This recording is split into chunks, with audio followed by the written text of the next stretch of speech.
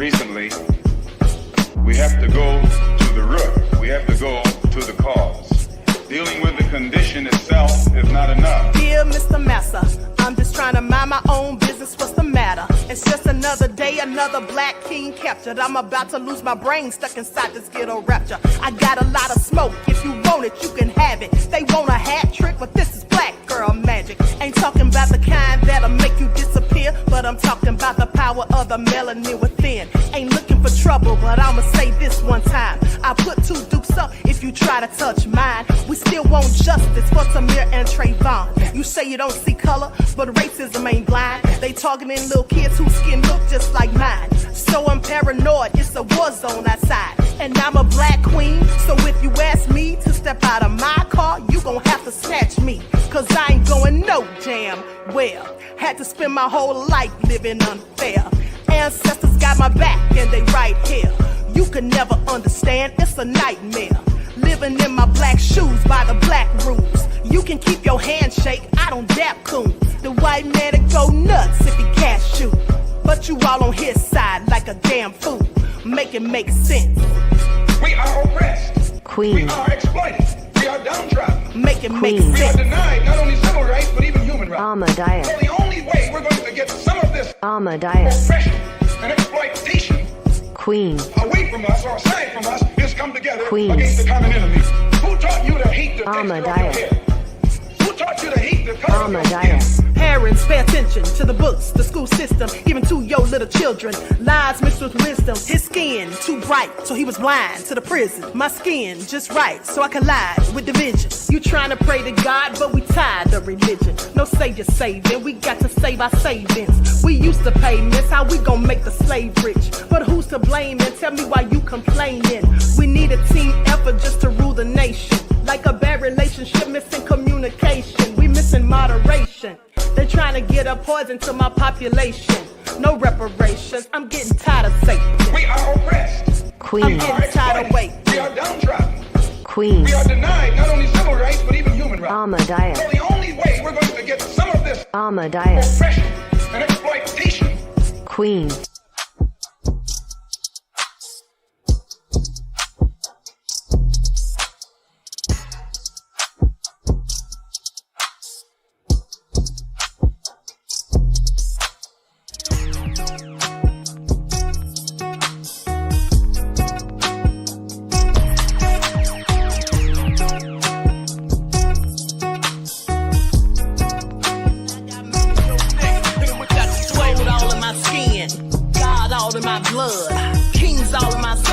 Touch one of mine and you're done. They show no love for the queen. Why you hating on me? Is it cause I'm free and I got Malcolm X in my jeans? I got dreams like King Luther, shed blood like Kunsa. You ain't helping my people, I ain't got nothing to say to ya. I want all the smoke like hookah. Talking reparations. America won't be great until they give us compensation. I'm like, I'm the hottest right now. See a bunch of lames out here trying to jock on my style. They be doing too much. I'm the queen, it's too easy. It's like they all in Popeyes, how they be talking so greasy. I just sit back and laugh while these haters get madder. So nefarious how they don't want my pockets with cheddar. I tell them they can do better. These snakes in the grass can leave a bite on your ass, cause y'all be trusting too fast. I got my foot on the gas, other one on they necks. Dropping receipts on haters, you better show some respect. I'm never facing regrets, we only facing the threat. This is the sound of every Malcolm.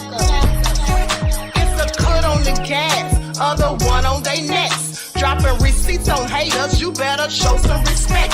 I'm never facing regrets, we only facing the threat. Running through every challenge like a relay, break no sweat. It's a cold game, so I got that blanket with me.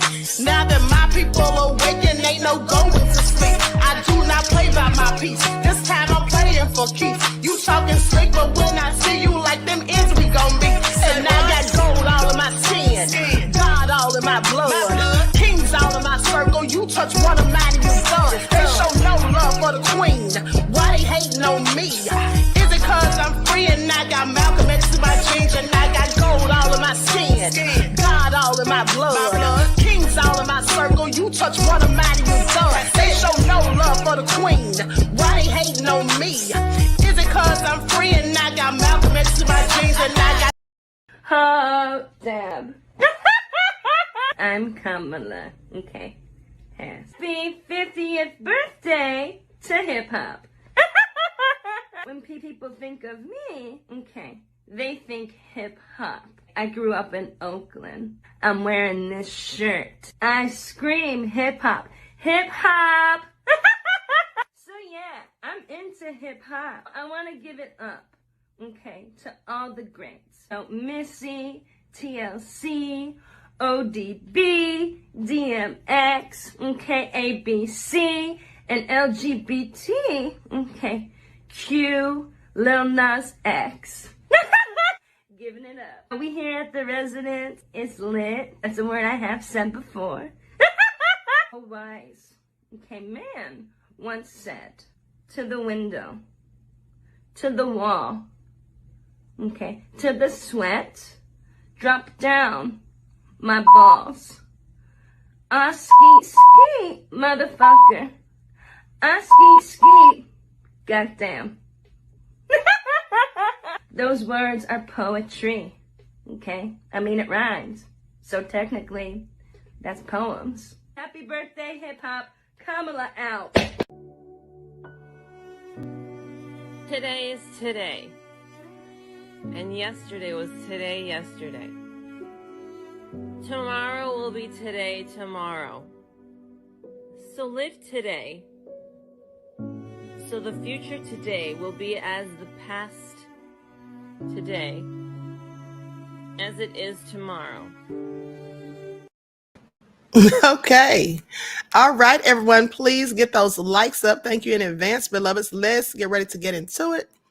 Okay, so with that all being said, thanks everyone for tuning in once again to the Queen Ahmadiyyah Shakur TV show. I'm your host, Queen Ahmadiyyah Shakur, and this is your daily vitamins. All right, please get those likes up. Let's get ready to talk about it. Okay, so with that all being said, don't forget to follow me on Instagram at Dr._A_Shakur, TikTok at Dr. A Shakur, and Twitter at DGoddess27. All right. Hello, G from the land. Byron B is here. Claudette, Juju. All right, Queen Sam. Mommy is in the house. Timber Dan. That Crazy Beach Eris, Perplex, 504 Nola, Danielle, Terry Hinton, Buckhurst DC. All hell nah. Gypsy is in the house. Okay, so with that all been said, shout out to my moderators putting in work. Gypsy says, I'm not voting for Harris, especially now that Walz is up here, is her VP. Okay, people, I'm up here in Minnesota, and you should see these white kids just said the women have beards. I just work up here on a contract. Okay, thank you for letting us know, beloved. Okay, we got Nikki Major in the house. Hey, beloved. Dragon Lily is here. M. Shanty. Miss Cece. All right, Sophie B, let's get into it. Okay, sorry guys, but they're doing work outside. The landscapers are here, so you may hear noise in the background. But before, let's not worry about that right now. Hey, Elder Barbara Rashawn Live, thank you for tuning in with us. Okay, Deronda, Wavy though, OG Patrice is here, Samantha. Okay, Myth King Dean, I see you. Okay, so let's get into it because they're saying that Kamala has picked her VP, who is Tim Walz. Okay, for those of you who don't know, there he is. All right, there he is. So let's get into it. Likes up, everyone, please like and share. Let's roll the footage. Okay, I'm going to share my screen. Because I believe they interrupted the broadcast to bring this news. All right, here we go. You put an overlay on the screen real quick.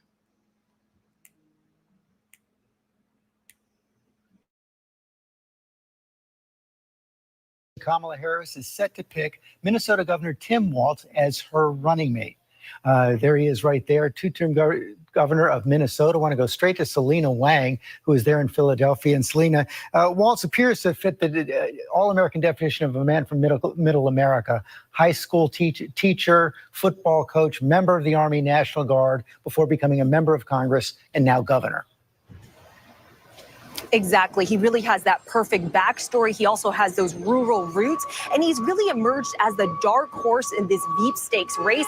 He has emerged as the favorite very recently, as he has been on the cables, on the network, showing that he can effectively push back on those Republican attacks. He's the one, George, remember, who labeled J.D. Vance and his Republican allies as, quote, weird, which gained a lot of steam with the Harris campaign. He has this folksy, personal, informal vibe that has really appealed to a lot of Democrats, and they believe that his rural backstory, the fact that he was a former member of the NRA, as you say, he is this former high school teacher, he was a football coach, that this can help appeal to those independent swing state voters. But it is unprecedented, George, how all of this has played out. I was told that as of last night, according to sources, Vice President Harris still had not made her decision, and that her team was printing out signs with multiple different candidates on it, ready to go at any moment. This decision coming down to the wire. Her and her close team had been keeping this decision under lock and key. They wanted to avoid any leaks. And let me bring in John Carl, our chief Washington correspondent. We know that the vice president met with three finalists on Sunday, not only Governor Walz, but also Governor Josh Shapiro of Pennsylvania, Senator Mark Kelly of Arizona. Yeah, all three had strong arguments to make to be her running mate. All three under serious consideration until the very end. Tim Walz came through as somebody that, frankly, Kamala Harris was comfortable with. She actually had known Josh Shapiro much longer. The two of them, both former attorneys general. She had a longer relationship with him, but people that I've spoken to said she really hit it off with Tim Walz. Both of them coming from states that are important. Pennsylvania, perhaps the most important battleground state, but Minnesota, a state that Democrats won last time and we're counting on winning again, but where Donald Trump had shown strength. And more importantly, it's that whole area, Minnesota, Wisconsin, Michigan. The feeling was having a Midwest governor who had governed in a state that has significant pockets of Republican voters would be good for her. And if you look at his experience in Congress, George, he's a 6-term member of the House before he ran for governor. His district is a district that Donald Trump carried quite handedly, a pretty conservative district. And as a member of Congress, he was viewed as a moderate Democrat. Now, he is seen, certainly among these three finalists, as the most progressive, the most liberal politically of the three finalists. But he does, have a record in Congress as a rather moderate Democrat representing a very moderate to conservative district in Minnesota. And let me bring in Mary Bruce, our chief White House correspondent. Mary, that personal chemistry obviously paramount in the final decision. But in the last couple of weeks, Tim Walz also had been performing very well on the stump. And a lot of Democrats believe he lines up well with former President Trump's running mate, J.D. Vance. Yeah, certainly, George, his Midwestern appeal, that plain-spoken way of talking that he has, he's a bit folksy. And I think that certainly appeals to a lot of voters, especially perhaps some Joe Biden supporters. He clearly showed that Kamala Harris believes that he is able to get out there on the stump, clearly articulate the case against Donald Trump. And he was creating a lot of buzz. Look, as Selena said, he coined that one-word takedown of the Trump-Vance team, just calling them weird. That is something that really gained a fair amount of traction. And so much of this decision, while yes, it is about, who can put what states in play, looking at the map, looking ahead to the future, it is also a decision that is simply about chemistry, camaraderie, compatibility. This is a job, of course, that Kamala Harris knows better than anyone else. And clearly, when it came down to it, she believes that she and Tim Walz make a good team here, that they are going to be able to not just govern well, but also win. All of these things factor into this decision. And of course, this is the most consequential decision of her career, and one that she has had to make at absolute warp speed. Just 16 days, George, 16 days. That's how long she has had to get used to being a candidate and to making this huge decision. And despite all of the decision-making, all of the vetting, when it comes down to it, this decision was up to Kamala Harris alone. No question about that. Let's bring in Rachel Scott with the first reaction from the Trump campaign. Rachel?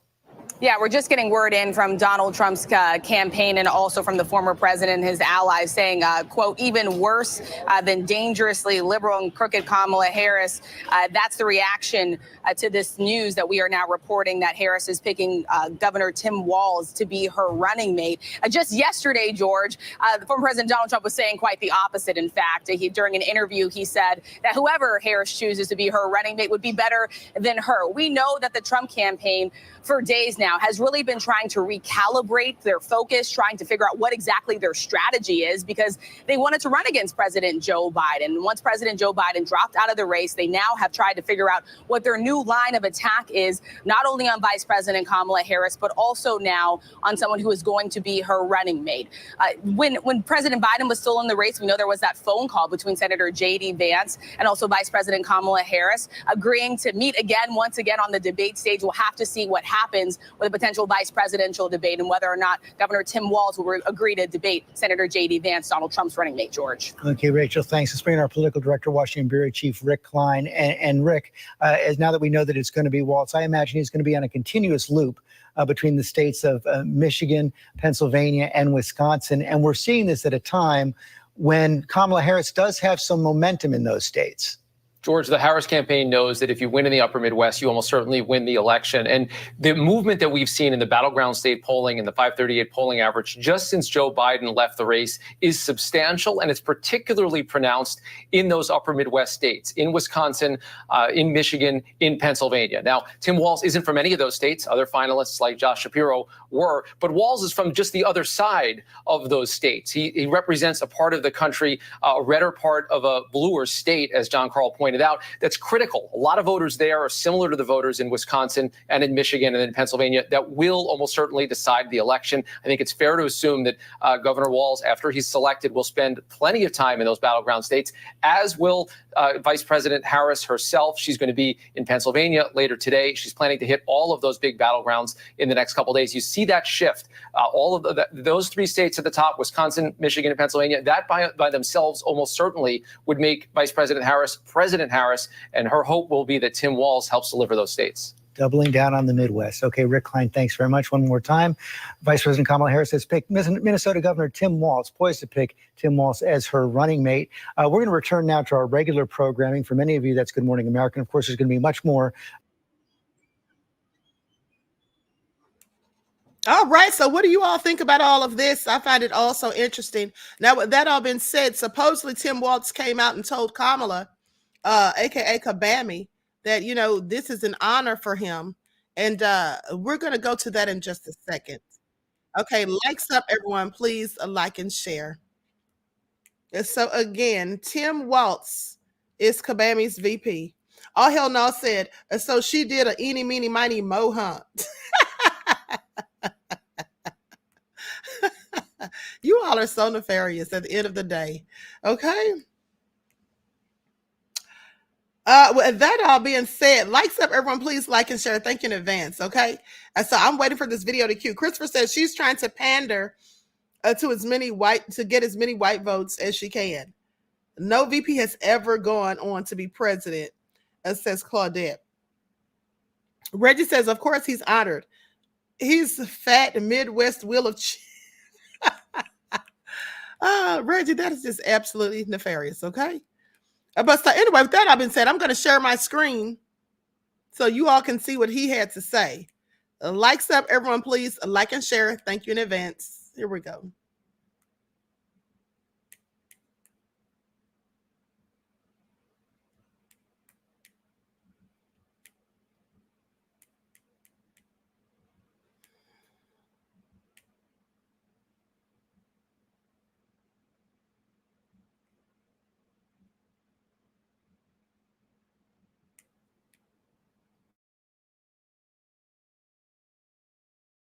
Close to the process, saying Tim Walz of Minnesota is her choice. Tim Walz, being the governor there, he is known for things like signing universal school meals bill into fruition. And also, he is a veteran, a gun owner. He points out, a hunter, a father. He also put into place a historic gun safety measure into law in his state. He is also known as a progressive. And so there are a lot of people talking about what this ticket was going to look like. And it looks like we are getting reporting now from our Jeff Zeleny, from our John King, that indeed Tim Walz has been the person picked. The governor of Minnesota will likely be her vice presidential candidate. John King, Jeff Zeleny, Jamie Gangel, MJ Lee, all on this reporting from 4 sources. I believe we have John King walking into frame right now. Since you are the one with us, John, we will go to you first with this pick, the why and what it means. Well, the why is going to be comfort level. The why is going to be that Harris believes this is a good governing partner. And the interesting conversation is going to be, again, if you look in the rearview mirror, history tells us you can't find a lot of data that says vice presidential picks are decisive when it comes to the election. So what is Vice President Harris looking to do here? Number one, a governing partner. Number two, a progressive Democrat. What is the Trump campaign saying? That she's, quote unquote, dangerously liberal. What will Governor Walz say? You mean a liberal who has his state guarantee abortion rights for women? A liberal who has his state feed young poor children who aren't getting meals, to make the argument that progressive government works at a time when a lot of people are disillusioned in their government. On Chewy, save 35% off your first order when you shop. Okay, so likes up, everyone, please like and share. So let's get into it. I thought, okay, the headline said they were going to have him show where he thanked Kamala for the opportunity of a lifetime. But let's get into it, because here's what they say. Despite Pennsylvania Governor Josh Shapiro's popularity in the battleground state, progressives say that his policy background gave them pause. And a number of them publicly urged Kamala Harris to choose a different running mate before she announced her decision. Now, this is the same man, Josh Shapiro, that I told you the governor the mayor of Philadelphia mistakenly leaked the information from days ago. And then this information came out about his inappropriate handling of a certain case. Now, after his pro-voucher stance attracted intense scrutiny from fellow Democrats, Shapiro vetoed the program out of the state budget. Now, with Tim Walz as her running mate, Harris will not need to worry about progressive criticisms of Shapiro's record. See, didn't I tell you all that's what she was going to do? I told you all when that bad press came out about him, I said even if she was going to pick that man, had already picked that man and just hadn't announced it yet, now she's not going to go with him. Okay? So some Democrats, I mean, I can't say that I blame her, but I just knew that's what would happen.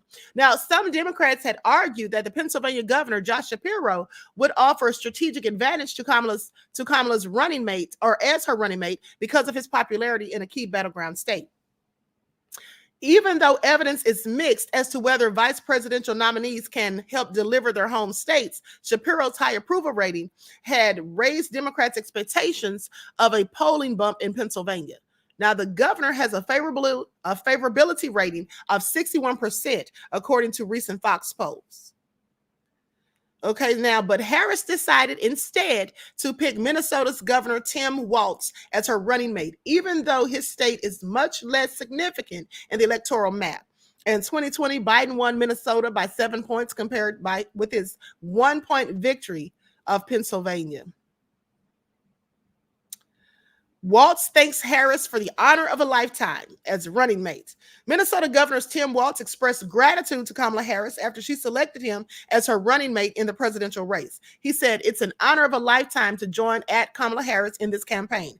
I'm all in." This is what he posted on Twitter.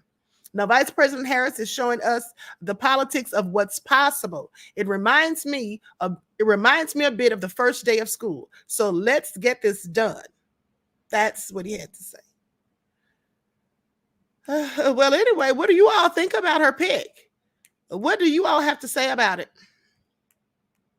What do you have to say about it?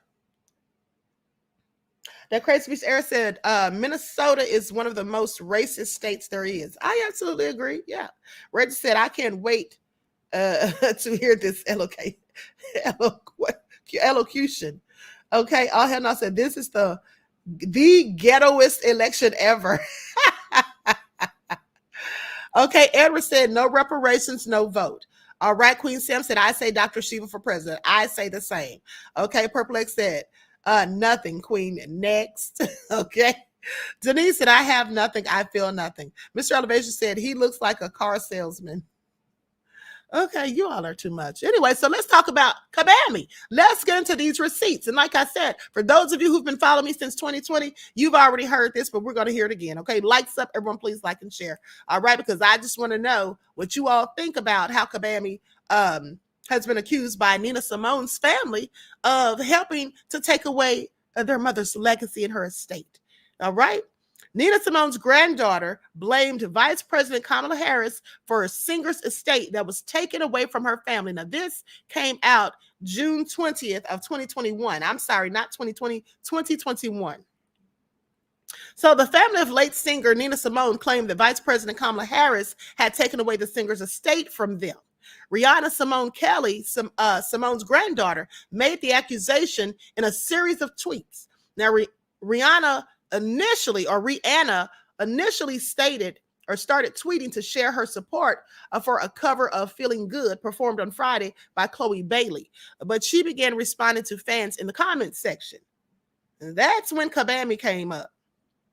Now, Rihanna took aim at Harris in response to a user's question on why Simone's estate created a Twitter account for the jazz singer 9 years after her death in 2003. She said, "My family doesn't run her estate anymore. It was taken away from us and given to white people. Our family name was dragged in the media. We get no royalties, nothing. Want to hold someone accountable? Ask Kamala Harris why she came for my family." Now, the Daily Beast reported that the family's tension with Harris began in 2013 when she worked as California's Attorney General. Lisa Simone Kelly, the daughter of Nina Simone and mother of Rihanna, was appointed the administrator to the singer's estate and charitable trust. Now, around that time, Lisa was accused of breaching her fiduciary duty to the estate and trust, according to the Daily Beast. Now, Lisa allegedly used up $2 million from the funds, including an alleged $1.5 million deposit into her personal company.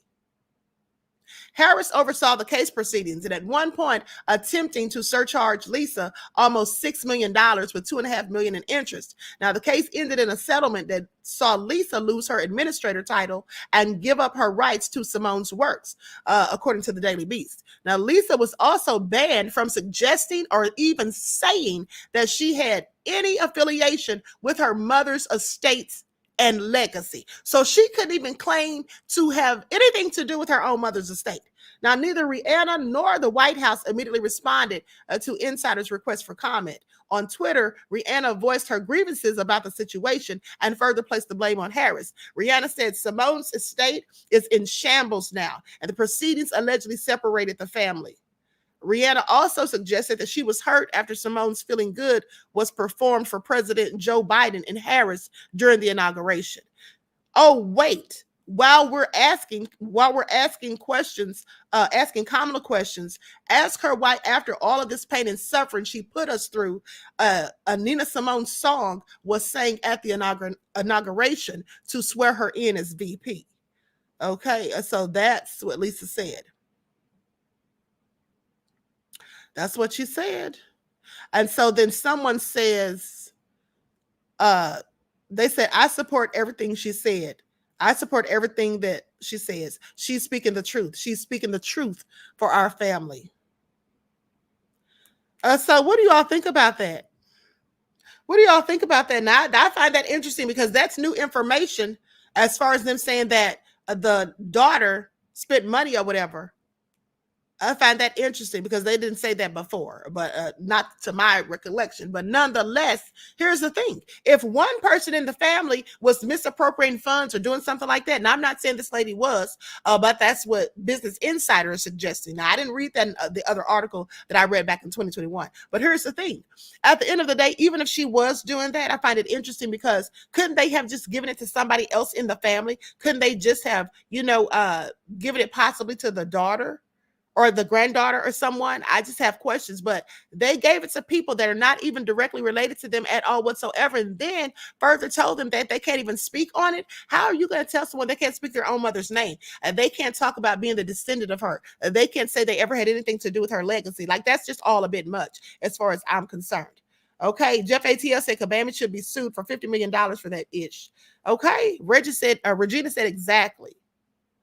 Bithia said, what about other family members? That's my question, beloved. That's exactly what I would like to know. Why not other family members? Because that's all real sketchy.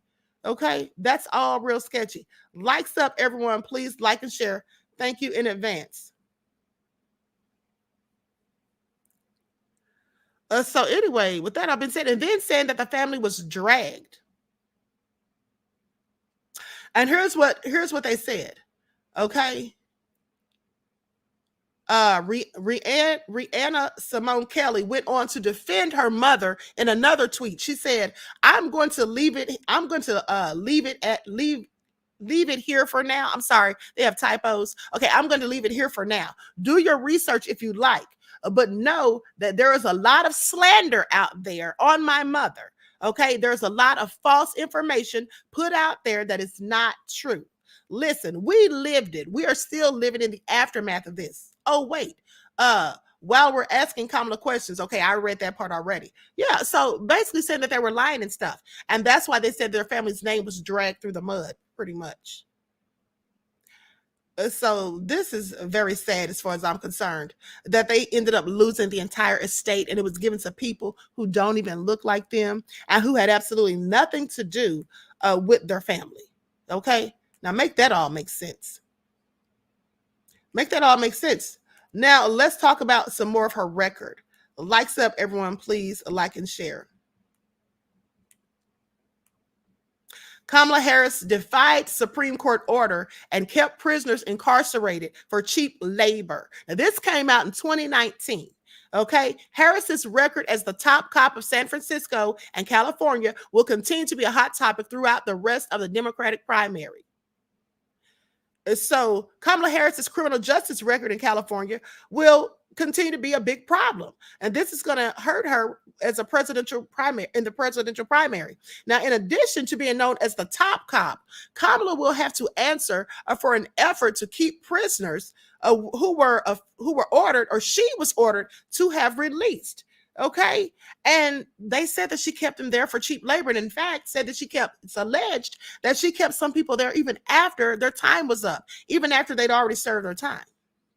Now, in order to reduce the population of California's overcrowded prisons, lawyers for the then California Attorney General Kamala Harris's office made the case that some nonviolent offenders needed to stay incarcerated. Okay, nonviolent, I want you to pay attention. Nonviolent offenders needed to stay incarcerated, okay, and wanted to keep them in prison because the prison system needed cheap labor. Do y'all hear this? So y'all are fine with that? Kabami apologist, that's okay with you? Doesn't matter? That doesn't sound reminiscent of slavery to you? Someone who's already served their time and should be on their way home. But no, let's keep them right here because we need this cheap labor. We don't care if they're nonviolent. That's beside the point. I want you to pay attention. Does she own any claim or hold any stake in those private prisons? I have questions. Now, the Supreme Court ruled in 2011 that California's prisons were so overcrowded that prisoners' constitutional rights against cruel and unusual punishment were being violated. Years later, the state was ordered to release nonviolent second-time offenders who have served half of their sentence to be eligible for parole. However, Harris's office was dragged back into court for slow walking the release process. Okay, the argument that Harris's attorneys in the California Attorney General's office made to keep those offenders in prison. They were a source of cheap labor. This is also nefarious. Okay, according to court filings, attorneys from the state said California met benchmarks and argued that if certain potential pardons were given, okay, a faster track out of if certain potential pardons were given, a faster track out of prison, it would negatively affect the prison's labor programs, including one that allowed certain inmates to fight California's wildfires for about $2 a day. Are y'all hearing this? What do y'all have to say about this? Is absolutely egregious. So they had these prisoners out there fighting wildfires and paying them $2 a day. And so, yeah, let's keep them in here because of that. Okay, please make that all make sense. T-Cope said, December said she told Nina's family they can't speak her name. That sounds like some slavery-ish too. Well, of course it does. Please pay attention. Okay, T-Cope says, if that's how she got where she is, she needs to write a how-to manual. Yeah, that's how she got there. Please trust and believe. And also with the efforts and help of Willie Brown. Okay? Now, goes on to say, let me put my spectacles on so I can see a little better. Hold on. I need to clean these off real quick. Y'all get those likes up, please. Like and share. Thank you in advance. Okay, says extending a 2-for-1 credits to all minimum custody inmates at this time would severely impact fire camp participation. A dangerous outcome while California is in the middle of a difficult fire season and severe drought. This is what the attorneys at Harris's office said. Okay, this is what they wrote in the actual filing, noting that the fire camp program required physical fitness in addition to a level of clearance that allowed the felons to be off-site. Not only that, they noted also that draining the prison of minimum custody inmates would deplete the labor. This is all crazy. I just want you all to think about this. Now, these things negatively impact Black folk more so than anyone else. They say, that's right, Kamala Harris did not know what her own employees were arguing in court. This is what they're claiming, that she didn't know what they were arguing. However, the filing in the case was signed by Harris. She tried to say she didn't know. I didn't know what they were arguing in court. Girl, sit down somewhere, because it was signed by her. So she didn't read it before she signed it. She didn't read it before she signed it. Of course she did. It was signed by Harris, and it argued that extending credits to all minimum custody inmates at this time would severely impact fire camp participation. Okay, she absolutely knew. Now, Harris's record as the top cop of San Francisco and California is going to continue to be a problem. Yeah, they should be bringing that up right about now. But see, all of these ridiculous, insidiously obtuse Kamala apologists who want to cape for her so hard, they don't want to talk about any of this. That's what they don't want to do. They don't want to talk about any of it. And I'm going to tell you another thing about her that's dangerous to me. It is the fact that Kamala, even if she's not for something, she will gladly change her stance and be for it. Okay, she will absolutely be for it if it's going to benefit her, or if the people that she's trying to stay in so good with tell her to do so, allegedly. Okay, because remember how I told you all that the only thing that I could say that I actually like about her was her stance of being opposed to the death penalty. And she did say that it disproportionately impacts people of color. Okay, she did say that. And that's one thing that I did like about her, and the only thing. But here's the problem with that. Will she change her idea? Well, yeah, she already has. The Kamala Harris death penalty test. Now, this came out just days ago. Now, when President Joe Biden leaves the White House, he will leave behind a mixed legacy on the issue of capital punishment. Okay, he was the first person openly opposed to the death penalty to serve as president. However, his administration's actions have left abolitionists confused and disappointed. Now, as we contemplate the possibility that Vice President Kamala Harris might succeed him, the question is whether she would do more than Joe Biden has done, okay, to put to an end the death penalty prosecutions and support the abolition of the federal death penalty. Now, because on her record as San Francisco District Attorney and California Attorney General, as well as her public statements, it is far from certain that she would be an improvement. And she even may be baited into running a law and order campaign. As the Wall Street Journal notes, Trump is attacking Harris and accusing her of being soft on crime and criticizing her as a prosecutor, or criticizing her record as a prosecutor. Now, this criticism would make the phrase Kamala the cop, once a phrase used by Harris's detractors on the left, a de facto campaign slogan. Okay, when it comes to the death penalty, that would be a major mistake. Indeed, the first test of the death penalty commitment will be whether she gives in to the temptation to run a tough on-crime campaign this year. So can she can do better in opposing capital punishment than Biden did as a candidate or president, Now, Biden ran as an abolitionist, and his Attorney General, Merrick Garland, reimposed a moratorium on executions in the federal system. But the Justice Department has initiated new capital prosecutions in a few cases and opposed almost every effort by anyone on the federal death row to obtain redress from the courts. Now, at this point, Biden has not used his clemency power to empty the federal death row. Harris has been an outspoken opponent of capital punishment longer than the current president has. 20 years ago, during her 2004 campaign to become the San Francisco DA, Harris promised that she would never seek the death penalty. And she pretty much stuck to it because the cops got mad at her. Now, I remember reading about this. The cops actually got upset with her because there was a guy who murdered a cop. Okay, he murdered a Latino or Hispanic cop, and they were calling for the death penalty for this man for doing so. And Kamala said, no, I'm not going to try to get the death penalty. That's off the table because I already promised before I got into office that I wouldn't do that. And so I'm going to stick to it. That's not going to change. And so a lot of those cops were mad. Now, the Ninth Circuit agreed with the Attorney General's argument and hold on. I skipped something. Hold on. Okay, this is what she said. For those who want this defendant put to death, let me say simply that there can be no exception to the principle. I gave my word to the people of San Francisco that I oppose the death penalty, and I will honor that commitment despite the strong emotions evoked in this case. Now, Harris assured everyone, she said, I have heard and considered those pleas very carefully, and I understand and share the pain that drives them, but my decision is made, and that's final. Now, her anti-death penalty bona fides were put to the test again when Harris became California's Attorney General. In 2014, a federal district court ruled that California's death penalty was unconstitutional, halting executions in the state. Now, to the chagrin of the abolitionist community, Harris appealed the decision to the U.S. Court of Appeals for the Ninth Circuit. Death penalty upon hardly consistent with her personal opposition to the death penalty.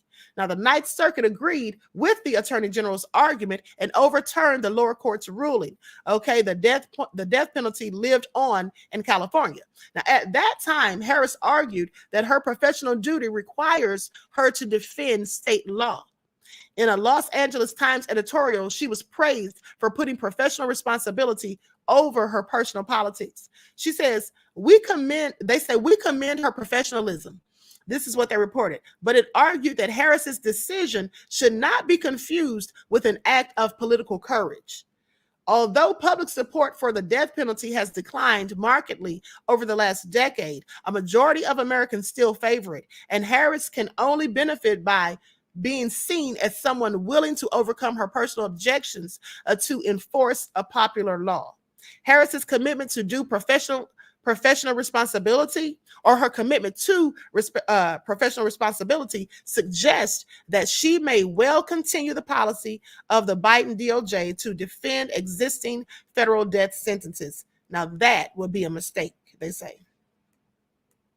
Now, as a law professor, Hadar Aviram argues that you're not under any obligation to defend things that are morally unjust. If you truly believe that they're morally unjust and you have an opportunity to take a stand, I think it's imperative to do so. But Harris may have had a change of heart about what she did a decade ago. In her aborted 2020 presidential campaign, she was even more definitive in her opposition to capital punishment than Biden was. And as she ramped up her first campaign for president, Harris wrote detailing her criticism of capital punishment, saying that I've long opposed the death penalty. It is deeply immoral, irreversible, and ineffective. And if we're going to transform our country's broken criminal justice system, we must be fearless, unafraid, and speak the truth. Okay, and she also talked about how the death penalty is an abject failure. It has wasted taxpayer money, has not kept our communities safe, and has discriminated against those with mental illness as well as people of color. Okay, so, just to be fair, like I told you guys, I have to give you all of the information. And I do like that she is against the death penalty. And let me tell you, everything that she says as to why she's against it is the exact same reason that why I'm against it, okay? The same reason that I'm against it. All right. So when I did my capstone to graduate college with my bachelor's, that was one of the main things that I talked about, that I was against capital punishment. They were like, well, how are you against capital punishment when you're a criminal justice student? Well, just because I'm going to school for criminal justice, I don't have to be for that. And like she said, it does disproportionately target, poor people, people with mental health issues, and Black people more so than anyone. Okay. That's just what it does. Okay, Dan says, I agree, Queen. Claudette said, I agree with that part. Absolutely. So that's what I'm saying. I did tell you all that she did do a couple of things, okay, that I actually like. All right. And so with that all been said, but let's talk about the main things, right? Now, so when we were talking on yesterday, I believe it was, hold on, I got to tell you all this. They're saying that there were some threats. Okay, they were saying that there was a man from Virginia Kamala online. So let's talk about that because this just came out. Likes up, everyone, please like and share. Here's what they say. A Virginia man has been arrested and charged with threatening online to kill Vice President Kamala Harris and to harm other public officials. Okay, so Frank L. Carrillo, age 66 of Winchester, made an initial appearance Monday in federal court and is being held pending a detention hearing scheduled for Thursday, according to court records and the U.S. Attorney's Office for the Western District of Virginia, which is prosecuting the case. Now, according to an FBI affidavit, agents in Phoenix began investigating after online threats were made against a Maricopa County official on a social media website called GETTR, like Getter. Now, agents found that an account under the name of Joe Madrasti 1, Joe Moderates 1, had made numerous threats against politicians, including Harris and President Joe Biden. Now, in late July, after Biden dropped his re-election bid and Harris emerged as Democrats' likely nominee, the account issued numerous threats against the vice president. In one, the author wrote saying, Harris is going to regret ever trying to become president because if that ever happened, I will personally pluck out her eyes with a pair of pliers. But first, I will shoot and kill everyone that gets in my way. This sounds real sick, okay? This man clearly needs to be locked up. Now, the FBI traced the account to Carrillo, his residence in Winchester. The FBI searched his home on Friday and he told the officers that if the search was about the online stuff, I posted it. And then he later stated incredulously saying, this is all over a comment, huh? Sir, it's a whole threat and a very detailed one at that. Not just a comment. Now, agents seized a military-style rifle and a handgun from the home. Open political discourse is a cornerstone of our American experience. We can disagree, we can argue, and we can debate. However, when those disagreements cross the line to threats of violence, law enforcement must step in. This is what United States Attorney Christopher R. Kavanaugh of the Western District of Virginia said Monday in a press release. Now, a public defender appointed to represent Carrillo did not immediately respond to an email seeking comment as of Monday evening. It's all nefarious. Okay, I'm not down with anybody threatening to take anybody's life. Okay, it's never that serious. Okay, December said that man's whole life is done. I mean, at the end of the day, how stupid could he be? Why would you even say something so crazy? Okay, and then he's acting like it was just a regular comment. What a fool. And so with that all being said, let's talk about it. Because shout out to Dane Calloway, who did a very thorough and detailed expose on Kabami on yesterday. Now, with that all being said, I'm going to play some excerpts from it. I'm not going to play the entire thing. I'm not going to show it on the screen, but I will play some of it. Okay, they arrested a Black man for threats he made online that weren't really threats. Oh, I'm not shocked. They've done that before. Okay, Reggie said most of them are extremists, allegedly. They've done that before. Remember how they arrested Rakim Olugbala, I believe is his name, if I'm pronouncing it right. Obulagoon, that was his name. And they put him in prison for 6 months, 5 or 6 months in prison, not jail. Okay, without even having any real charges. All right, this is what they do. And let's not forget the black woman here in Georgia who posted that black people should rise up. Now, what does that even mean? She could have been a myriad of things, but they apparently thought it was a threat. And so therefore she was arrested. We know how that goes, okay? Please pay attention. Now, with that all being said, as I told you, I'm going to put an overlay on the screen, and then I'm going to play some of this video that Dane Calloway did. And you'll hear people talking. You'll hear when Kamala was in the kitchen cooking with Mindy. Okay, I think I played that for you all before, years ago when she first posted it. So with that all being said, let's get into it. Likes up, everyone, please like and share. Let me find an overlay real quick. Here we go.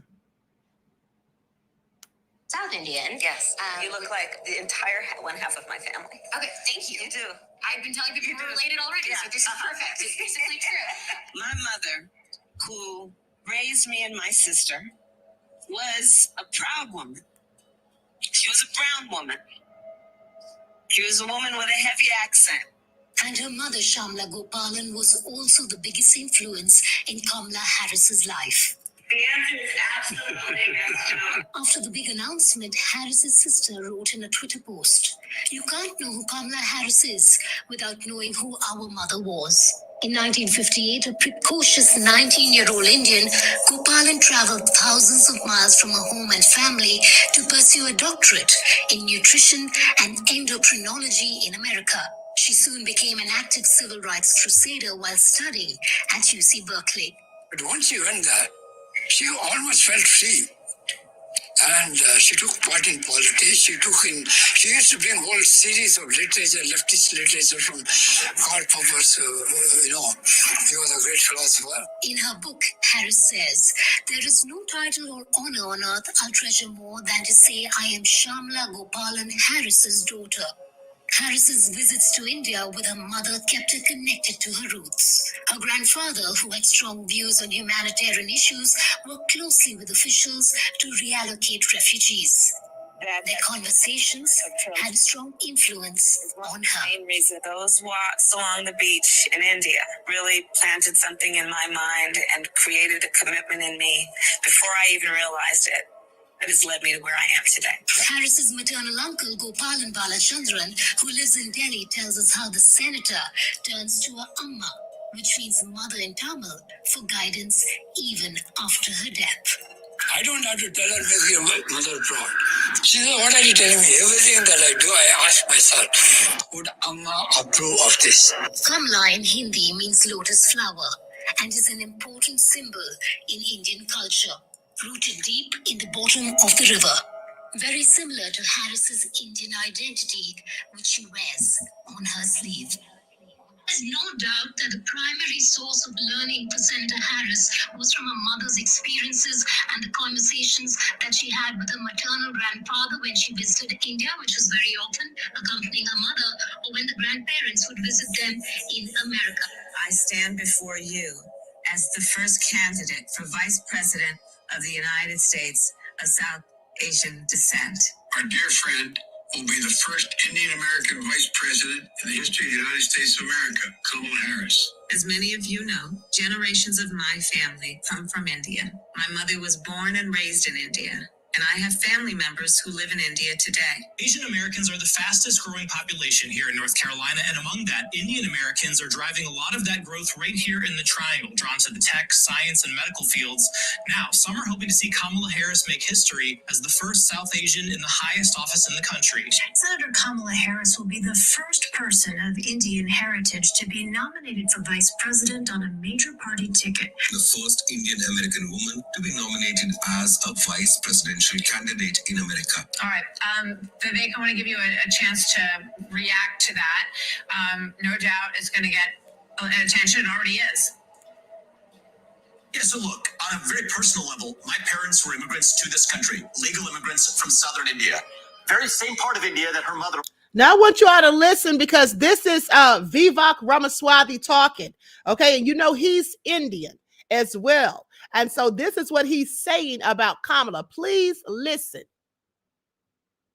Immigrated from. Now he came from the same place in India that Kamala's mother traveled from to get here.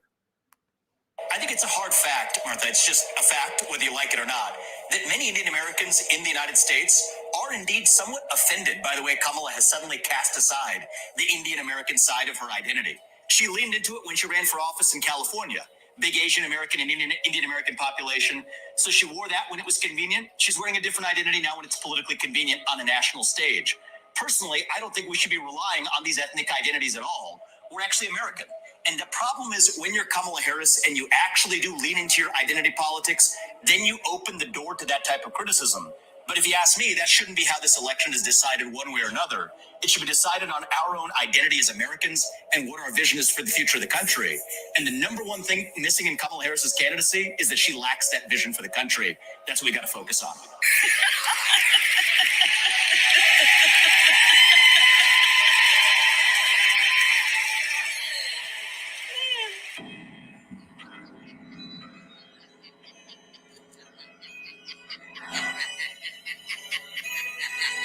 I want you all to pay attention.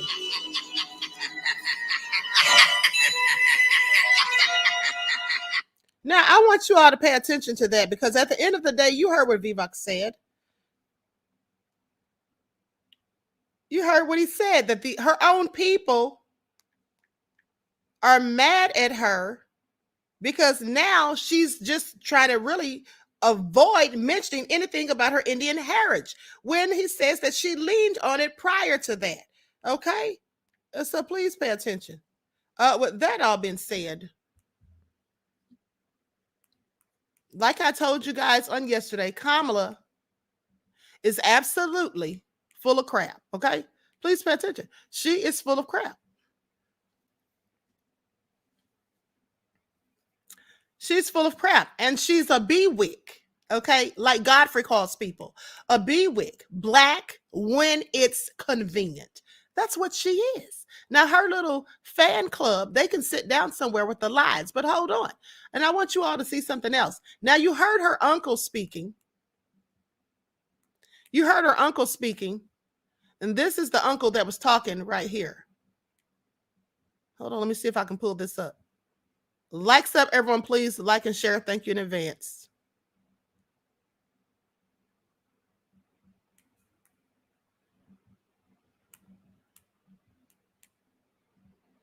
Let me see if I can enlarge this.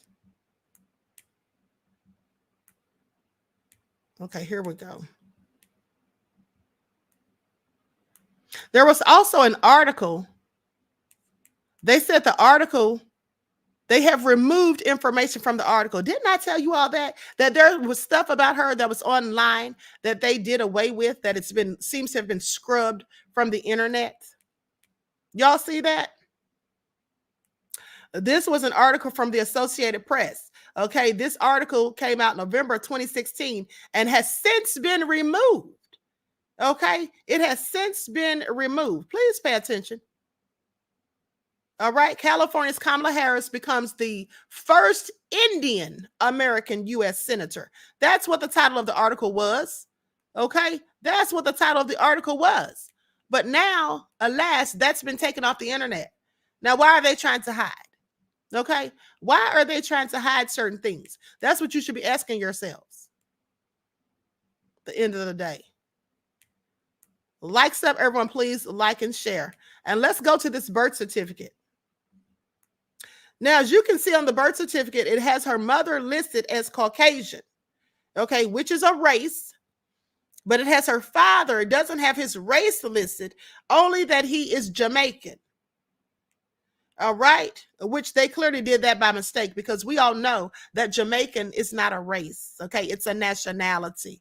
All right, and let me just pull that up for anybody that doubts it. Okay, so just because you're born in Jamaica or lived in Jamaica doesn't mean that you're black. That's what it doesn't mean. All right, now look at this. Now look at this. Let me see if I can enlarge it so you all can see it. Now, here's what this says.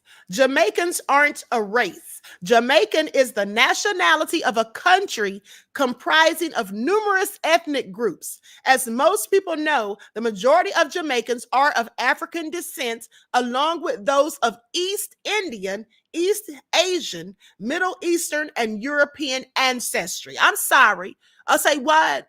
Because none of those people, other than the ones with African descent, are considered Black. Okay? Along with those of East Indian, East Asian, Middle Eastern, and European history. And I'm sorry, or ancestry. At the end of the day, her father identifies as being Indian and Irish. So if neither of her parents is identified as Black, then how the hell is she Black? Okay, like I said, I don't care what her race is because I'm not voting for her regardless, just based off of her track record alone. But at the end of the day, let's just call a spade a spade. Let's stop sitting here painting narratives, Black people, trying to make someone be one of us when they really never wanted to in the first place. When all they ever do is announce boldly and proudly their Indian ancestry, and that's all fine. They have a right to, and she should. But at the end of the day, she should also, if she were Black, announce that. But she never did. And that's because she ain't Black. All right. And then let's get a load to this. This is Naomi Osaka, who's half Japanese. I think I mistakenly said she was Korean the other day, half Korean, but she's half Japanese and half Haitian. And here's what she said when someone brought up her Japanese ancestry and left out and ignored her Haitian side. At a Grand Slam for the first time, this must be an exceptional feeling for you right now. Yeah, I mean, I feel really happy, but also I'm kind of sorry because I know you guys really wanted her to win.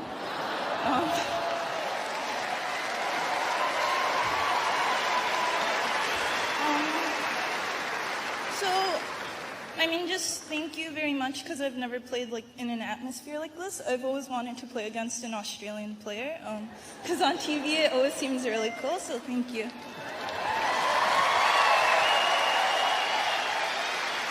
Naomi, we know about the late change, obviously. You were scheduled to play on Rod Laver Arena and then the match was brought in here to Margaret Court. Obviously similar for both of you, but how did that affect you, if at all?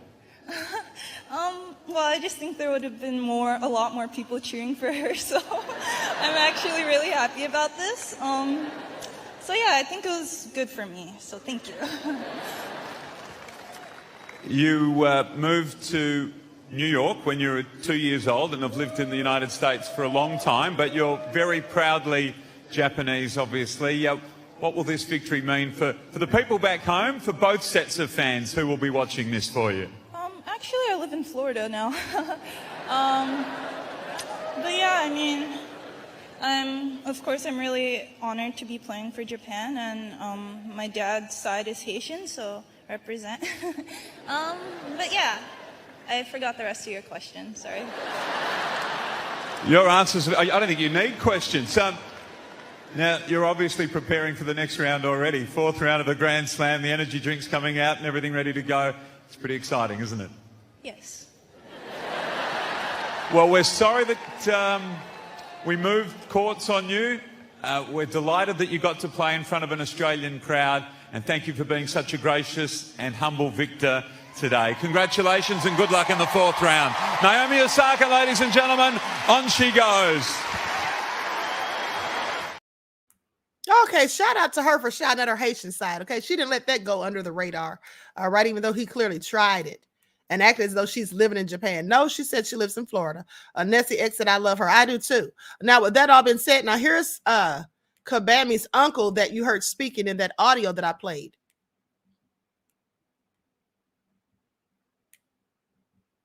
Okay, that's her and her uncle, and I don't know who the other lady is, possibly her sister.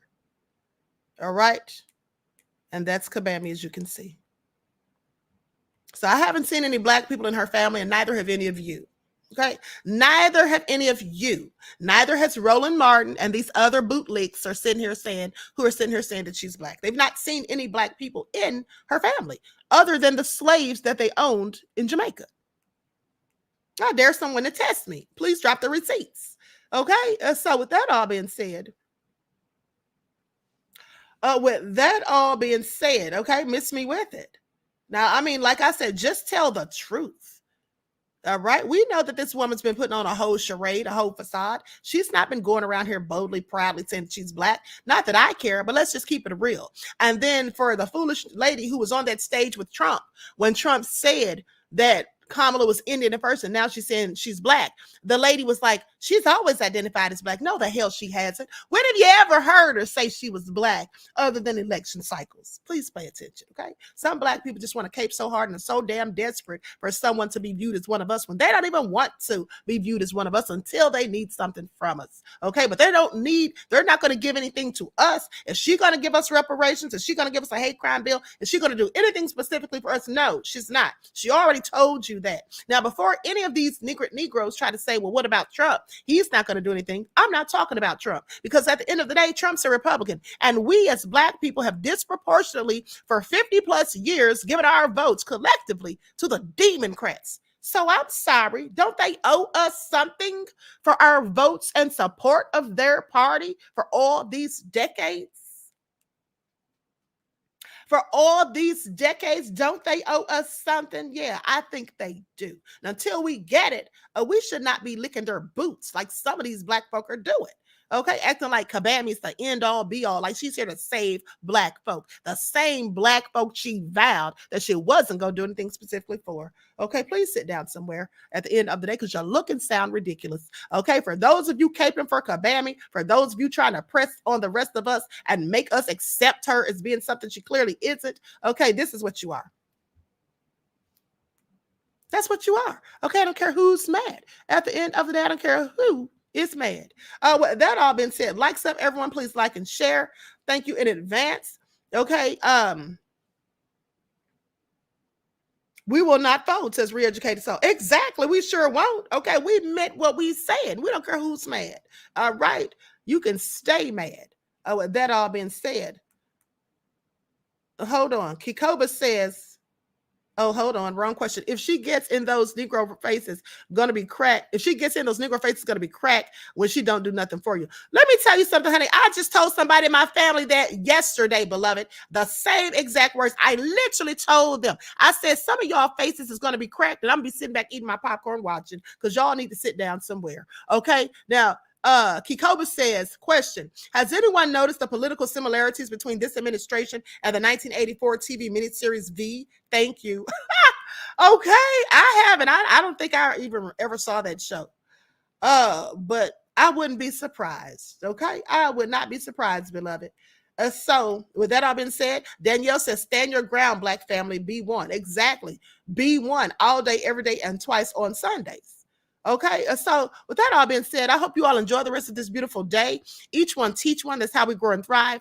Do something productive, constructive, but never destructive. And always remember, beloveds, to keep the Most High first in your lives. Peace.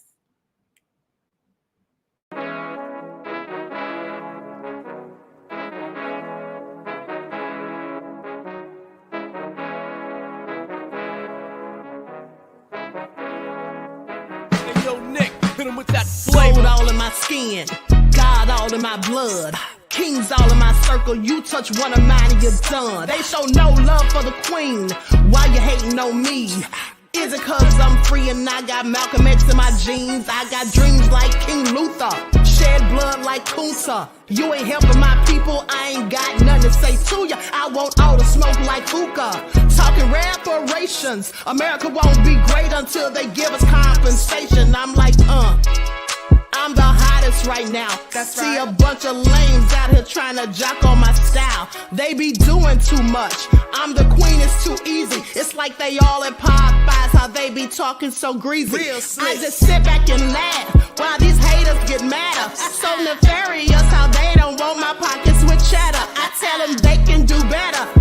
These snakes in the grass can leave a bite on your ass, cause y'all be trusting too fast. I got my foot on the gas, other one on they necks. Dropping receipts on haters, you better show some respect. I'm never facing regrets, we only facing the threats. Running through every challenge like a relay, break no sweat. It's a cold game, so I got that blanket with me. Now that my people awaken, ain't no going to sleep. I do not play by my piece. This time I'm playing for keeps. You talking slick, but when I see you like them ends, we gon' meet. And I got gold all in my skin, God all in my blood, kings all in my circle. You touch one of mine and you done. They show no love for the queen.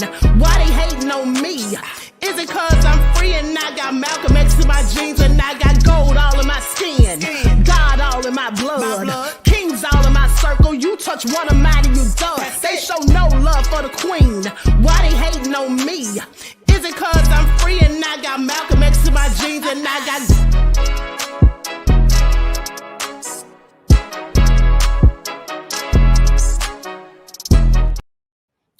Hold up before we go, Sadie, let me drop you the link, beloved, so you can get up here and explain yourself. You said I'm one of those house what? Let me tell you something, Trick. First of all, just because I don't agree with your ideology, that doesn't make me a house Negro, okay? And when she said I was that little black girl, I'm a black woman, Trick, she said that during an election cycle. Isn't that what I said? She's absolutely said that she was black, but she said it only when it was an election cycle, okay? So I got time today. Now, if you want to get up here on this screen, you can gladly get up here, okay? You can gladly get up here, honey, because don't try me. Don't try me. You gonna call me a house ninja? Did you think I wasn't gonna see it or stop the music from playing? Click that link and get on up here on the screen. Let's talk about it. Yeah, she did say both of those things. I said she said it when it was an election cycle. I said the only time she ever talks about being black that we've ever heard her say that she was black is during an election cycle. Now, what's funny to me is that you didn't bother to put your little comment in the chat until the song was playing and you thought I was closing out. Okay, because I specifically said after I made my comments, if anybody can prove that she did otherwise, please drop the receipt. And you didn't drop any receipts until after the music stopped. So I'm just sitting here waiting. If you want to click that link, feel free to go right ahead. If you want to click that link and get up on here and talk your talk, get on up here because there's the link. Because I always got time. Because she ain't black. And I said what I said. I'm not no house Negro, boo. I'm a whole revolutionary. You see, the bootlicks and the house Negroes are people like you who get mad and want to spew insults because somebody's telling the truth about somebody that you love. At the end of the day, she said, no, I ain't gonna do nothing for black people now. So that makes you the bootlick and the house Negro fool. Because anybody that tells me they're not doing anything for my people, I'm not gonna support them, period. I don't support her or Trump. And I've said that. I'm voting for Dr. Shiva. Period, point blank. All right? So you can run and tell that. Any questions before I close out? Any questions? Because I guess she's not going to click that link because she don't want this smoke. Because that's exactly what you was going to get. Okay? Don't try me because I'm not the one, honey. You could try Jesus, but don't try me. All right? Now, with that all being said, back to your regularly scheduled program, beloveds.